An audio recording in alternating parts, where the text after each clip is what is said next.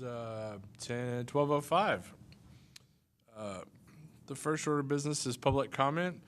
Issues or items that are not on the agenda may be raised by the public at this time. Citizens should speak from the podium, begin by stating their name, and limit remarks to no more than 3 minutes. Committee members may request that the discussed item be placed on future agenda. The committee takes public comment on all regular agenda items during the discussion of those items. Do we have any public comment at this time? I just wanted to announce an opportunity for the public to come to a microchipping clinic. We're having July 28th from 8 a.m. to 2 p.m. at Tractor Supply on Southwest. So bring your pups on by. We can microchip. The fee will be the $13. That is good for the life of the pet. That is a law. So if your animal does not have microchipping, you might want to stop by and have that done. Moving on to the consent agenda, we're going to consider approval of the May 17th, 2018 Animal Shelter Advisory Committee regular meeting minutes. Everybody had a chance to review those?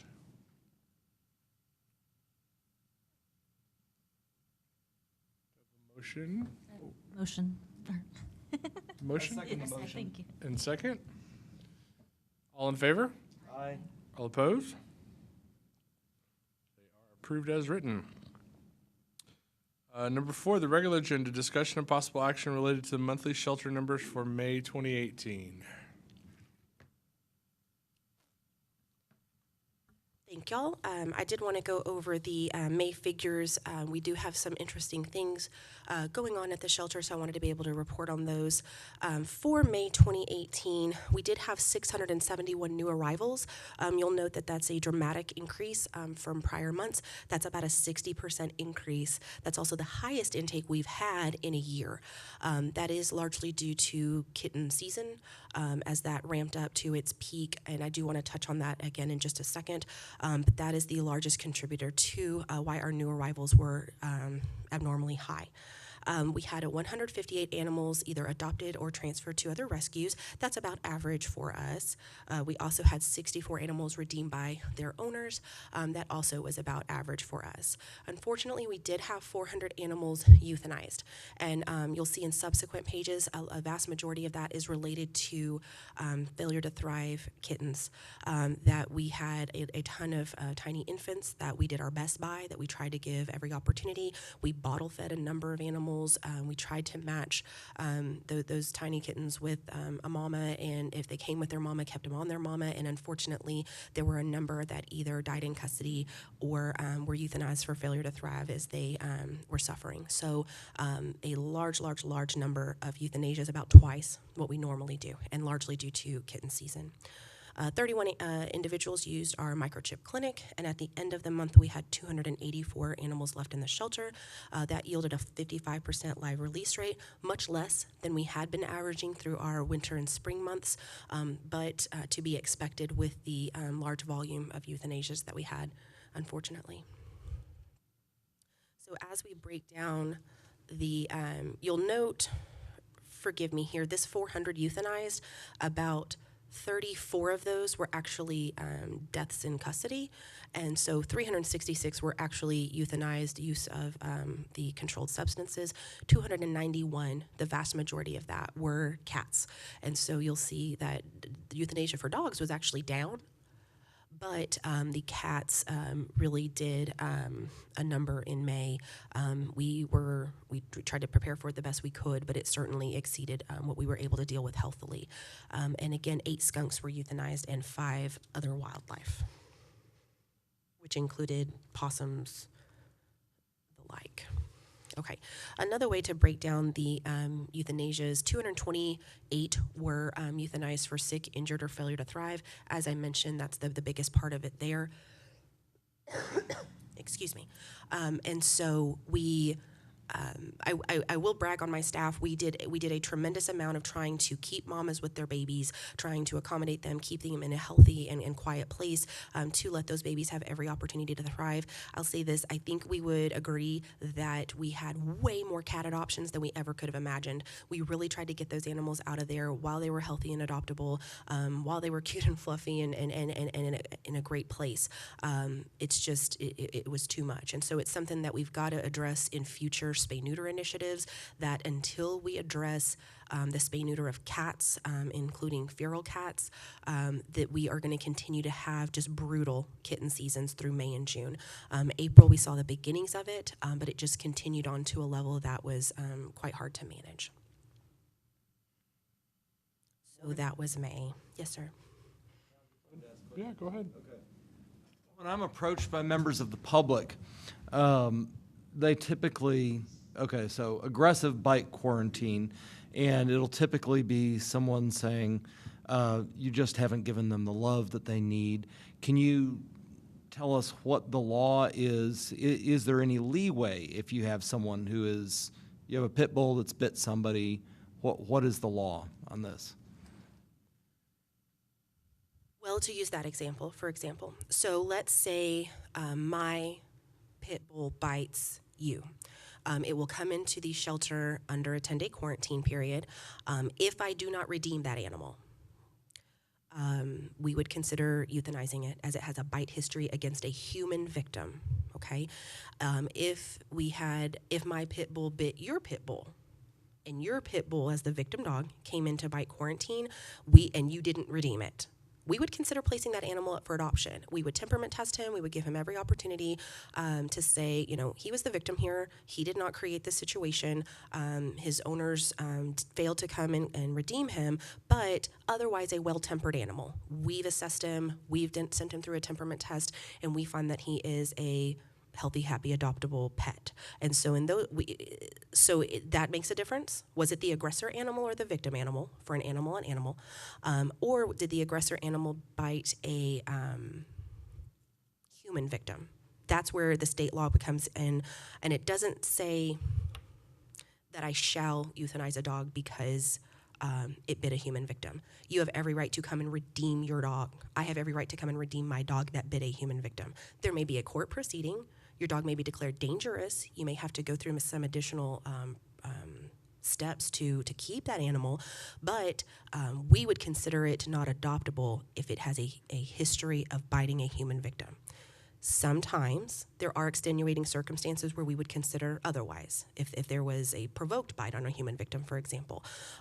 But the number of animals, for example, in May, euthanizing for either aggression or bite quarantine, it's generally because the owners didn't redeem the animal out of a bite quarantine situation, or we observe that animal behaving aggressively towards staff in the facility. So we're temperament testing. We rely on PAWS heavily. They deploy as many resources as they can. We are facing that. So 39 aggressive animals in the month of May. And not to belittle that those 39 animals' lives weren't very important, but in the grand scheme of things, 10% of our animals euthanized were euthanized because of aggression. We do try to manage that. If it's an animal that's being aggressive because it's scared, because it's in a new environment, because it doesn't deal well with this staff member versus that staff member, or it's loud and crazy, it's just chaotic, we do try to give those animals time to calm down, time in a quiet place. But we do need help from folks like if trainers that want to step forward and take those more difficult cases. If there's more community support that can step forward in that way. But we also are very cautious that if an animal truly is aggressive and bit a human victim already and has that bite history, what liability do I have if I re-release that animal back to the public? Does that answer your question? In the grand scheme of things, that's 5% of what came into the shelter for that month. And so, I mean, with limited staffing and that type of thing, it's, again, in the grand scheme of things, there's a lot more animals who need your attention. So, Well, So in that category, you've combined the ones that were deemed aggressive with the ones that were euthanized in bite quarantine. Do you have how many were euthanized because of bite quarantine? I mean, can you pull the bite quarantine out of that number? Yes, I can get you that figure. It's about half. Half because we assess the animal on arrival or through some process to be aggressive, and about half because they came in for an aggression through a bite quarantine and were subsequently not redeemed by their owners. And I think when you see June's figures, you'll see that the owner redemption for bite quarantine was, or I'm sorry, the owner redemption was quite low, and it's because of a ton of bite quarantine animals that the owners didn't come back for. Do you know how much you've increased the number of animals in quarantine since you started enforcing the dog-on-dog quarantine or pet-on-pet quarantine? Bite. Hundreds of, probably 200%. We were keeping a tremendous number of animals in bite quarantine, where upon my arrival, we really weren't. We were only enforcing the laws related to an animal biting a human victim, but city ordinance requires a quarantine for animal on animal. So even for, it could be as extreme as my own dog bites my own cat. Both animals are supposed to be quarantined. That can happen one of three ways. It can happen through your own private veterinarian at your cost. It can happen at my facility, which still is a cost, but a much lower amount. Or it can happen in a home quarantine in very specific circumstances. If you can keep the animals separate, if you can follow the protocols, if your animal is current. So if your animal's already spayed, neutered, microchipped, and rabies vaccinated, we can consider that you're already a responsible pet owner. Doing a home quarantine for rabies is a lot of work, and so we can trust that because you've done these other things that you're committed to being a responsible pet owner, you can also be trusted to do the rabies quarantine at home. So a large number of home quarantines has happened, which we had not approved for quite some time. And I say a large number, way more than were being done in the past, as well as the animals actually coming in for bite quarantine. Anecdotally, I know that before my time, we would have one, maybe two animals in bite quarantine at a time. I regularly am full in bite quarantine and having to stay on top of, today's the 10th day, come get your dog, you gotta come get your dog, where are you? To really stay on top of revolving those animals out as soon as possible, because I know I'm gonna have a weekend with more coming in. And so we stay full in bite quarantine 90% of the month. Thank you very much. And that's all I have for so May. we'll move on to discussion of possible action related to the monthly shelter numbers for June. So in June, about the new arrivals were a little less than May. We went from 670 new arrivals down to 610 new arrivals. But we entered the month with a lot of animals already in the facility. So June has been a tough month to get through. Although we deployed a ton of resources, and to go back to your question, sir, that, to talk about how much time do we give an aggressive animal, how much do we invest in them, we deployed a ton of resources, financial and human resources, to achieve this 230 animals that were adopted or rescue transferred. That is way high. The only time we've ever had more than that was at the Clear the Shelter event in August of last year. So we deployed a ton of resources on these pets, which we knew were healthy, well-tempered, all of those items. So I wonder at night, could we do more? I guess we could, but we deployed so many resources for June that we're trying to stay optimistic that we can continue that level. Concho Valley Paws, of course, is doing so much of that, as well as just private individuals willing to come in and donate however we can do that. So June, we had a banner month for adoptions. The vast majority of that is adoptions. How many transports did y'all do in June? We did 2 transports in June, which again, helps a lot. But we didn't do any in July because all the communities faced that July 4th nightmare. Right. And so we had a lot of interest, but full now later. And just now we broke through. So we've got 2 transports. Well, 1 transport for 2 locations will leave next week. And so that will give some relief. And they're taking large dogs, which is great. And then we have another one the first week in August. And then we have 2 more on the books in August. So we're hoping to to ramp that up. But yeah, the July, everybody faces that July 4th. Shelters are full because everybody loses their dog. And we're feeling it. To kind of talk about it from that macro view, you know, we went into May holding steady, and then we had a huge intake of animals. We went into June not really recovered from that, and also had a huge intake of animals. Going into July, Jenny and I have talked about it. We're just white knuckling it for the next 30 days. It is rough. We've had a ton of supportive people come out and say, I want to help. What can I do? But we cannot keep up with the intake. It's massive. And so July has been really hard on the facility and on staff and on our partners because it's just been a growing snowball effect. May was rough. June was harder. July is going to be awful. So when I come to you with those numbers, partnered in with June, you know, we had the tremendous amount of adoptions and rescue transfers, but our owner redemptions were about half what we had been averaging. And as I mentioned, we had a ton of animals that came in for bite quarantine that their owners were just ghosted on us. You know, we call and say, hey, good news, your animal doesn't have rabies, please come in and get them. And then we don't hear from them. And that becomes tremendously impactful on us when we have an owner who had 3 dogs come in for the same bite incident. And so my bite quarantine part of the facility is just hanging on there, and it's one person. If one person would come get their 3 dogs, it would help a lot.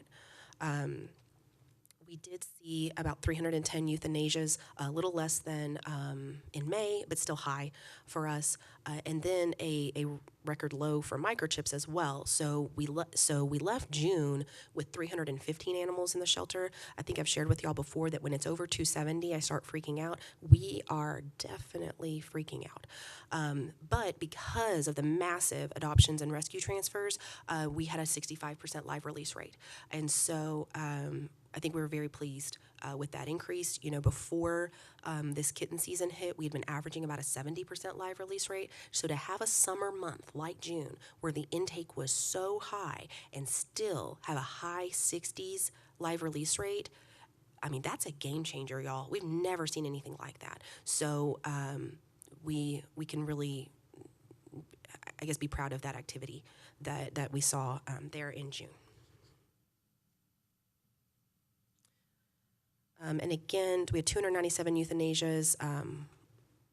13 additional animals died in custody, primarily related to, all related to failure to thrive puppies and kittens that were with their mama and didn't make it. And another way to break that down, with 49 aggressive and bite quarantine animals were euthanized. And again, I can get y'all that breakdown, but it's generally half and half were just due to aggression and about half due to bite quarantine. And that was June.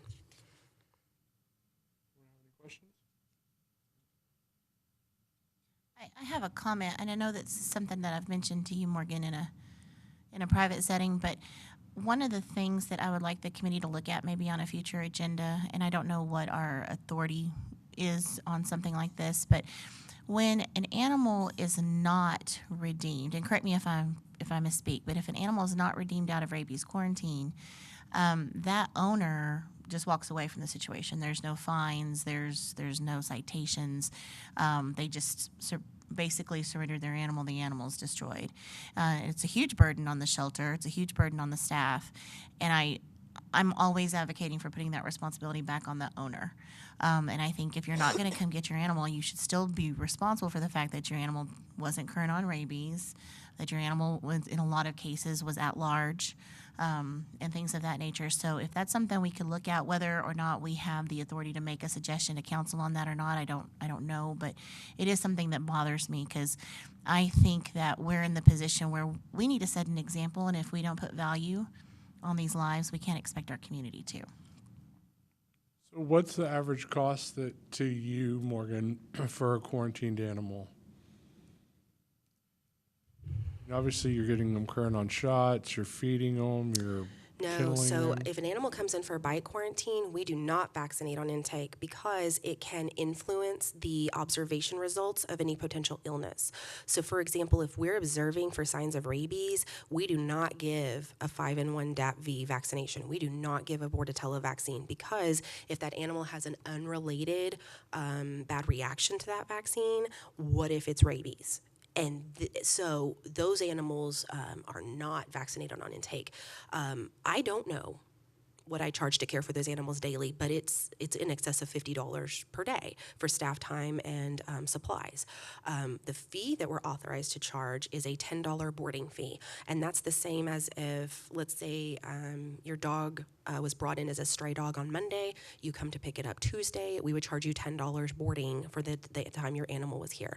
Same thing with a bite quarantine. If your animal comes in on the day of the bite, and you pick that animal up on the 10th day, you would be charged $10 per day or $100 to check your animal out of bite quarantine. And sometimes that's the reason why folks don't come, but we also make folks aware of that. So if we show up at the scene and there has been a bite incident and we say, what happened, where's this? And so we say, are you gonna want this animal back? You have a situation that got out of hand, whatever the details were, your animal bit somebody or some other animal. Do you want this animal back at the end of the quarantine period? And most of the time, folks say yes. Yes, I do. I will want my dog back. Sometimes people change their mind and they call us a couple days in and they say, we've thought about it. It was a hectic situation when you came out and we are just not going to be able to care for that animal. We are very scared of what happened and we don't want a repeat of the aggression that happened in our home or while we were out or whatever. I don't want that liability. And so we say, well, come on by and sign an owner release form at this time, okay? That is rare. What most frequently happens is after the 10th day, when we call and say, good news, your dog doesn't have rabies, and we leave a voicemail, folks are like, I couldn't know, but I assume there's a sense of relief. Like, well, it's kind of been nice not having this dog around. That's a lot to handle.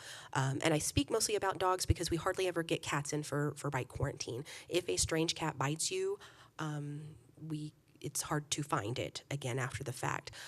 Or if we do, then the owners quite often say, I don't want the cat back, go ahead and euthanize. So when we talk about rabies quarantine, we talk a lot about dogs, and that's why is I very, very, very seldomly have a cat in for rabies quarantine.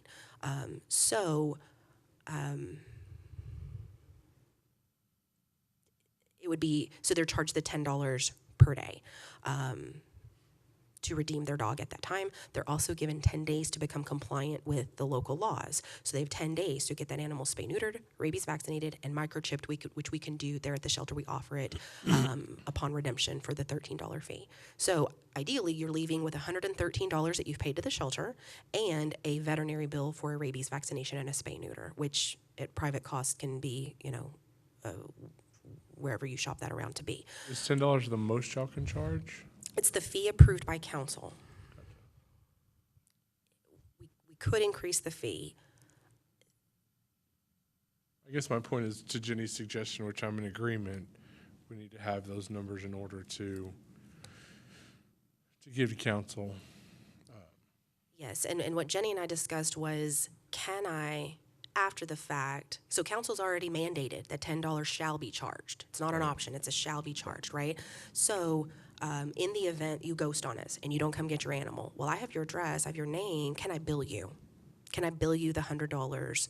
And quite frankly, so when your animal comes in for a bite quarantine, we observe it for 10 days. State law says that on the 14th day after the bite, the animal is ours. So it's almost like the 10-day quarantine plus a 3-day stray hold.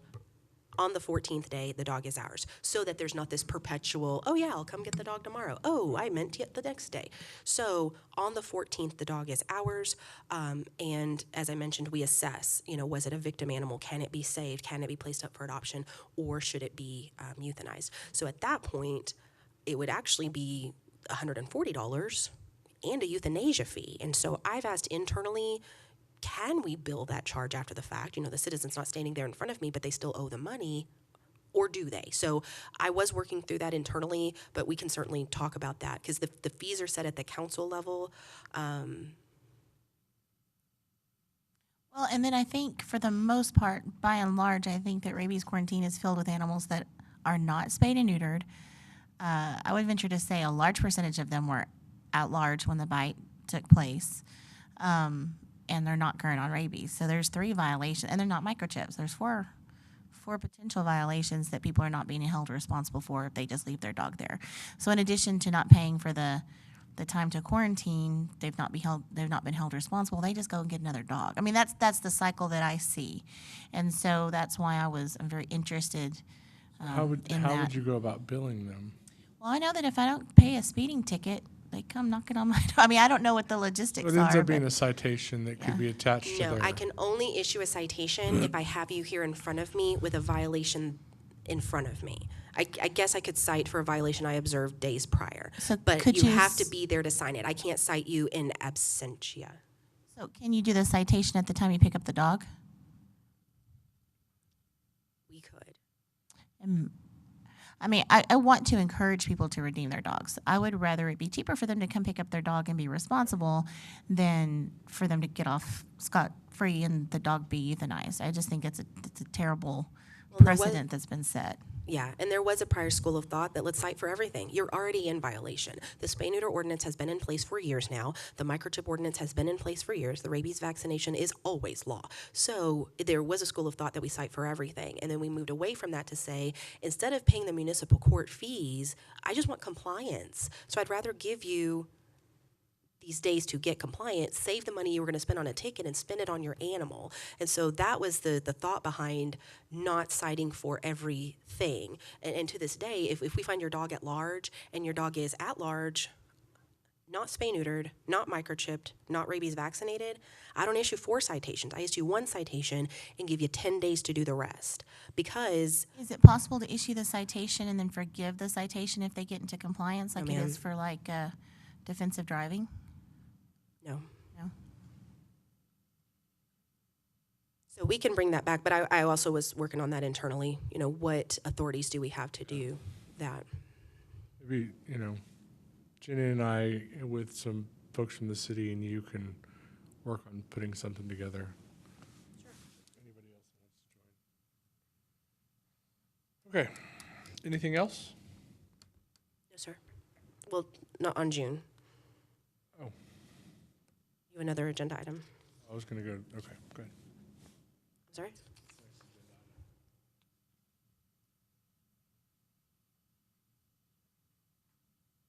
Discussion and possible action related to instituting a waiting list for owner-surrendered pets. So this is something that we had been researching for a while. We know other communities that do this, that are municipal shelters just like us, that have instituted something like this to help in times of large influx of animals. We're running into a lot of burdens about how to implement it locally, but in light of May and June and the July numbers that you will not be happy to see, we were like, we just got to run with this. We've just got to figure out a way to make this happen. So the main reason we're bringing this to you is because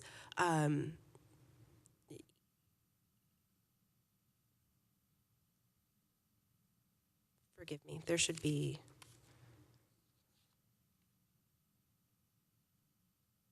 Okay, so there are minimum standards of what I have to do barely to care for the animals, and that's set at the state level, the minimum standards for caring for the animal. They are things that, it's not how you would care for your animal. They have to be offered water twice daily. They have to be fed at least once daily. They have to be able to stand up and turn around in their kennel, okay?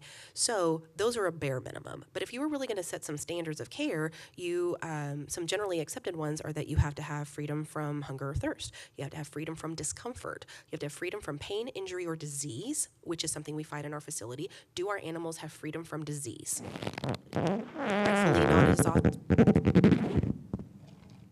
Regretfully not as often as I would like, and freedom from fear and distress.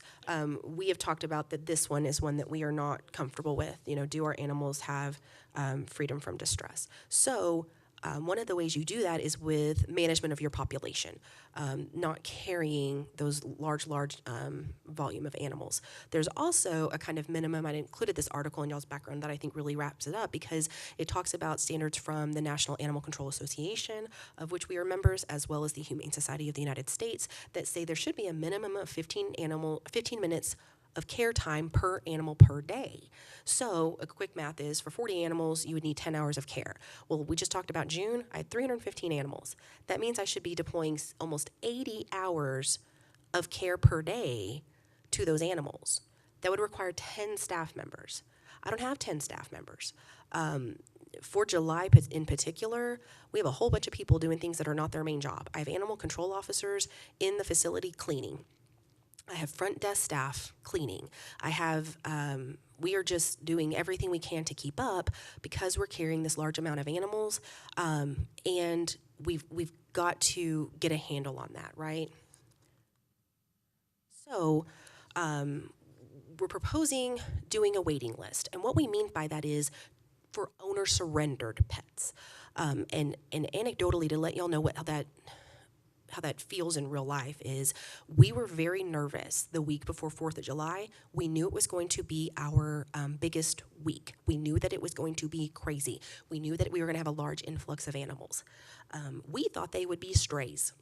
We thought that there would be animals that got out of their yard because their owners went out of town and whoever was supposed to be caring for them didn't close the gate. We thought dogs were going to get out because of fireworks and they were scared and they bolted and they climbed their fences. That is not what happened last week. For the week of 4th of July, we had a tremendous number of owner surrenders. We had a ton of people come forward and say, you know what, this is the week I don't want my dog anymore. This is the week I'm bringing you 22 cats. That is something that is going back to this culture of having responsible pet owners, to say there are resources out there besides the shelter when the shelter is in times of crisis. And I would define a crisis level as 140 dogs, or 100 cats, or 250 animals total. Because sometimes I have a lot of livestock or birds. It varies. So that's how I would define our capacity in crisis. If I have more than 140 dogs, we are getting nervous. We are having a problem. We are looking for a lot of resources to move these animals. Now, I know that it can change a lot if I have, for example, in kitten season, I was carrying over 100 cats for over 2 months in our facility. But I wasn't full on cats, because this mama has 8 kittens on her. They're not taking up valuable real estate, but the count looks high. So I know that it is fluid. You know, if I have 140 dogs and they're all bull mastiffs, I am beyond broken. But if they're all Chihuahuas, I'm okay. So I know that it varies, but we would, that's kind of a good parameter to set to start with, okay? So if a citizen came in and they said, thank you, and they said, I have 2 mastiffs. I cannot care for them any longer. Please take my mastiffs. Instead of saying, great, fill out this form, we would say, have you heard of the Concho Valley Paws Second Chance program? Have you thought of if it's behavioral, or are there training opportunities? When we contracted with Concho Valley Paws for the adoption services, they itemize that as something that they offer. It's something we need to utilize even more of. It's too easy, in my opinion, for that citizen to say, yeah, that sounds fine, but I'm going to go ahead and leave you with my 2 mastiffs, and one so big I can't even weigh it. The scale won't go that high. So for that specific example, if they said, you know what, I understand that the shelter is in crisis. I have this deadline that I'm facing, that I need to move these animals, but how about I tell my deadline, give me a week. Let me do the Second Chance program for a week. And to be clear, the second chance program is that you foster your own animal in your household while it's placed up for adoption through Concho Valley Paws. So the animal is at adoption events, it is on the website, it is available to adopters, it is seeing potential adopters, but it is not in the shelter taking up space in the shelter. So for these dogs in particular, there was a lot of interest in adopting them. I hypothesized that those animals would have gotten adopted very quickly in a second chance program because they were good looking, purebred. If you are a Mastiff person, they are great Mastiffs. Whereas, and they come in my facility, where do I put these 120-pound dogs, right? So, as an example, this would work. We believe that this would work again and again. So we would say, we will create a waiting list for you. In the meanwhile, we encourage you to research out these other options. Other options would include contacting who you got the dog from in the first place. If you bought it from a breeder, if you adopted it from another facility, out of town. A lot of those organizations will say, oh yeah, I'll take my own dog back. I have a waiting list for more Mastiffs or whatever it is, right? And so just to encourage folks to find their own solutions and make the last responsible decision for their pet, to be able to say, I can no longer care for this pet appropriately, but I can make a decision that's irresponsible for that pet. Because to bring a senior citizen Mastiff in my facility, I think was hard on that dog. And so I think there are a lot of opportunities to use these support services in the meanwhile. And then as we have space, which would depend on species as well as size. So for example, if you want to surrender your 2 Mastiffs and I just had 3 Chihuahuas adopted, I still don't have room for your dog. But we will work down the list. We will say, okay, kennel such and such is available, who's on the waiting list? And we'll work down that waiting list. And I may call you and you may say, actually, we figured something else out. Thank you so much. We're good, okay? Or at that point, we take the animal into care. And to be clear, this will not impact folks bringing in stray animals. So if it's a Good Samaritan that says, this puppy wandered up on my front porch, those still continue into our facility uninterrupted. So that is a proposal. We can poke a lot of holes in it, but we've got to do something to get started on putting some responsibility back on the folks who have committed to take care of these animals and to encourage them to make better choices. And I think just to the point that you used the Mastiffs as the example, just so that y'all know, had they left with the Mastiffs, we placed them in 2 days. So, even at the shelter, so that would have absolutely worked with the second chance program. Because a lot of these purebred dogs that come in, they don't have to come into the shelter. We can place them quickly because there's access to pure breed rescues. So second chance, it does work. It's not always a 2-day solution, but it's definitely something that we wouldn't mind offering as an alternative, because I am in agreement that the shelter should always be the last option for your pet. And just as this as an example, but this happens all the time. So these 2 Mastiffs came in. I already had 4 Mastiffs that were mixed breed Mastiffs. So they're competing with these dogs that have been here that need more time. And so it happens. I just see time and time again where the second chance program, if someone was really forced to consider it, that it would work. It really would. But there's this no guilt of, nope, you take my dog. I'm here. I have him here with me. I will sign whatever you want. Please take my dog. Or threats ensue. But, and we'll deal with those as we're able. But I think instituting a waiting list, trying to be responsible for it, trying to control it, is the answer to no longer having 671 animals walk in the front door. At what point do you raise the flags and lock the doors? I mean, is there a full point? Mm-hmm. Yes, sir. I don't know when it is. Yeah.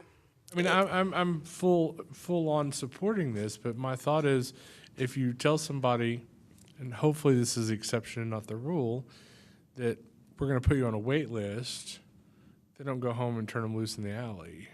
Well, and what if they did? Then they're in violation. That's a problem. That was your personal decision.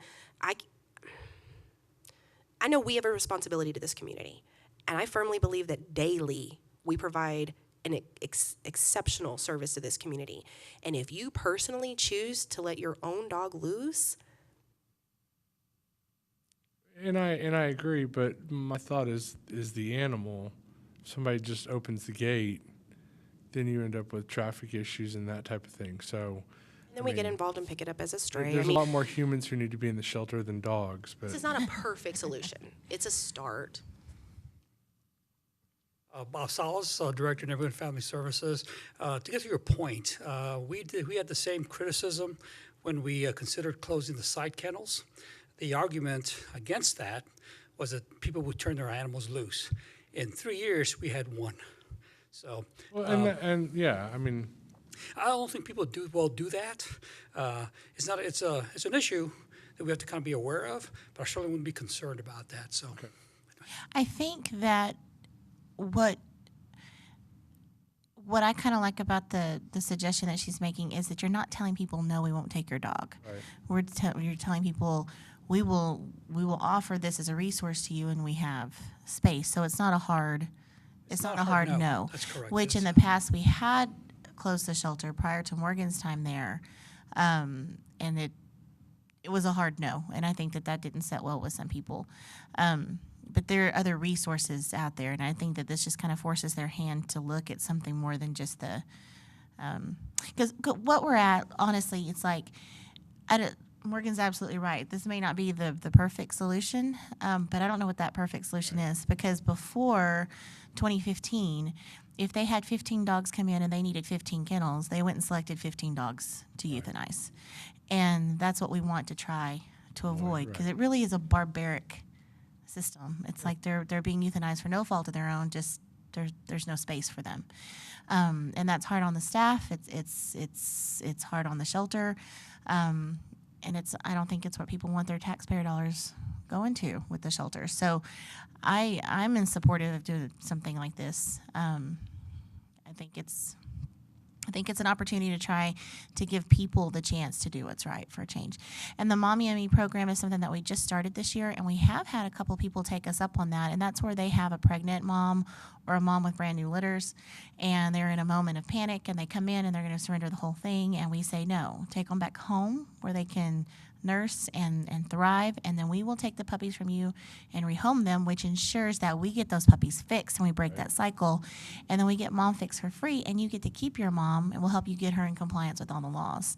And we're looking at doing more things as well to offer as resources, but I mean, we're just kind of at that point. I think it's, if you don't do this, then I'm afraid euthanasia for space is going to be an option that has to be considered, and I, for one, am not an advocate for that. We've had some terrifying moments where we're close to euthanizing for space, and this is all related to the No Kill initiative. That we adopted this initiative with a lot of gusto, with a lot of enthusiasm, but it also comes with a lot of tools. And the first tool we implemented to further the No Kill initiative was that every animal inside city limits must be spayed neutered. There's a few exceptions, but must be spayed neutered. We're fighting that battle. We are using that tool to its fullest. We still have a lot of non-compliance, but that's one tool in our toolbox.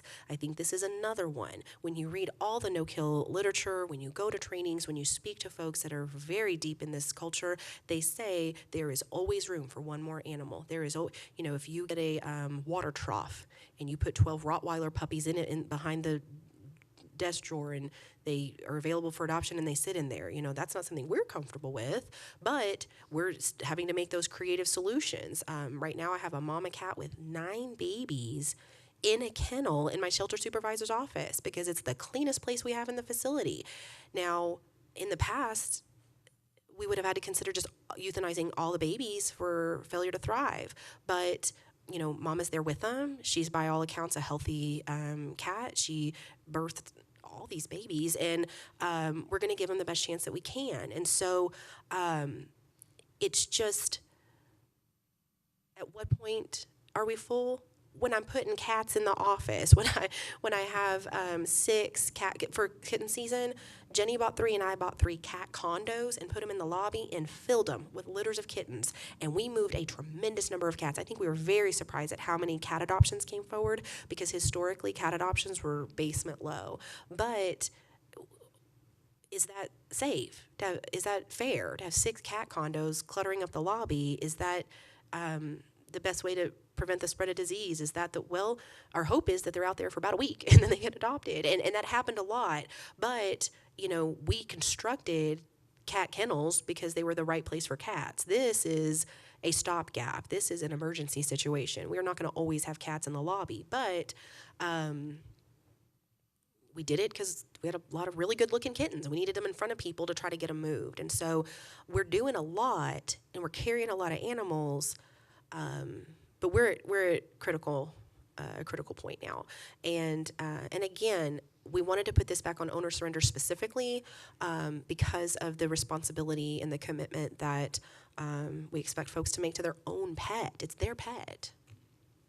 And I don't know if y'all are aware, but we had several reduced cost adoption fees, which, helped, but we can't do that all the time because the shelter fees are $85 to adopt, and every dime of that money is accounted for when you consider the surgery is $50, and then you have the microchip, the vaccinations, and the rabies. So we have to come up with that money. So when we have the $13 adoption events like we had last weekend, we're having to raise that money, and so that's not always going to be an option to move large numbers of animals out. I think this is a very good idea because, how many times has Dad gotten mad at the kids because, I'm going to take the dog to the shelter, and if you do the second chance program, he gets to cool off and see that the kids really care about it, or kids get to prove themselves, and dog ends up staying in the household, so... Yeah, and matching them with training opportunities. Because, for example, let's say you have a work and breed dog. You have a border collie. You have an Australian cattle dog. You have a dog in your home, and you just thought it was going to be a dog, and you can put him in your backyard and play with him once a day. But if you know more about the breed and you know more about what's required to handle those animals, you can really wind up with a rewarding experience. But there were some frustrating times to get there. And so if folks feel like they're supported and have these opportunities, you're right. Maybe they wind up just staying exactly where they are, and that was the best opportunity for them. That would be something before y'all today for action. I believe we would do an announcement and an implementation period after some time. This isn't something I could implement tomorrow, right? I'm not going to say, hey, guess what? Now there's a waiting list. We would have some announcements. We would make sure folks are aware. I am nervous about what that means because folks are like, yeah, I was thinking about surrendering my dog. I better bring it in before they make this waiting list. So we'll work through the details. If it's something you're generally supportive of, then that would be something for y'all's action today. And then we'll see exactly how we deploy it internally. Do we have a motion? What does the motion need to say? Something to the effect of... Institute a waiting list for owner surrendered pets. Put this into effect, or... do we need to vote on putting it into effect, or look into how we put it into effect, or? To institute a waiting list for owner surrendered pets. Institute a waiting list. I move that we institute a waiting list. Second. I have a motion and a second. All in favor? Aye. Aye. All opposed? Okay.